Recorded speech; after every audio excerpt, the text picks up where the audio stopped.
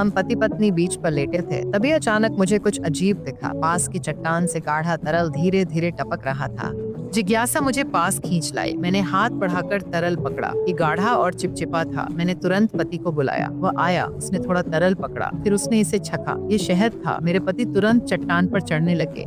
मैं उसके ठीक पीछे था। जल्द ही हम एक गुफा में घुसे। गुफा के भीतर का स्थान उम्मीद से बहुत बड़ा था। थोड़ी दूर चलने पर हमें एक विशाल मधुमक्खी का छत्ता दिखा। छत्ता बहुत बड़ा था, पर इतने बड़े छत्ते का मतलब था कुछ और भी बुरा। चेतन मधुमक्खियां। हम दोनों समझ गए कि हम वहां नहीं रुक सकते। हम मुड़े और प्रवेश द्वार की ओर वापस चल दिए। पर जैसे ही हम मुहाने पर पहुंचे, एक गहरी भिनभिनाहट की आवाज हवा में गूंज उठी। खतरा तुरंत आ गया। हम गुफा में भागे। फिर एक विशाल मधुमक्खी सीधे गुफा में उड़ती हुई दिखी। डर ने हमें तुरंत घेर लिया। हम तुरंत उठकर गुफा में और अंदर भागे, लेकिन उस विशाल मधुमक्खी ने हमें नहीं छोड़ा। वह गुफा में हमें खोजती रही। एक हताश पल में मेरे पति ने मुझे एक खाली छत्ते में खींच लिया, पर विशाल मधुमक्खी हमारे पीछे आ गई। उसने झट से हमारा ठिकाना ढूंढ लिया। मेरे पति ने डंडा उठाया और हमें बचाने मेरे सामने आ गए, पर मधुमक्खी ने हमले पर ध्यान नहीं दिया। इसके बजाय उसने गाढ़ा तरल थूकना शुरू किया, जिससे छत्ते का कोष्ठक धीरे धीरे बंद होने लगा।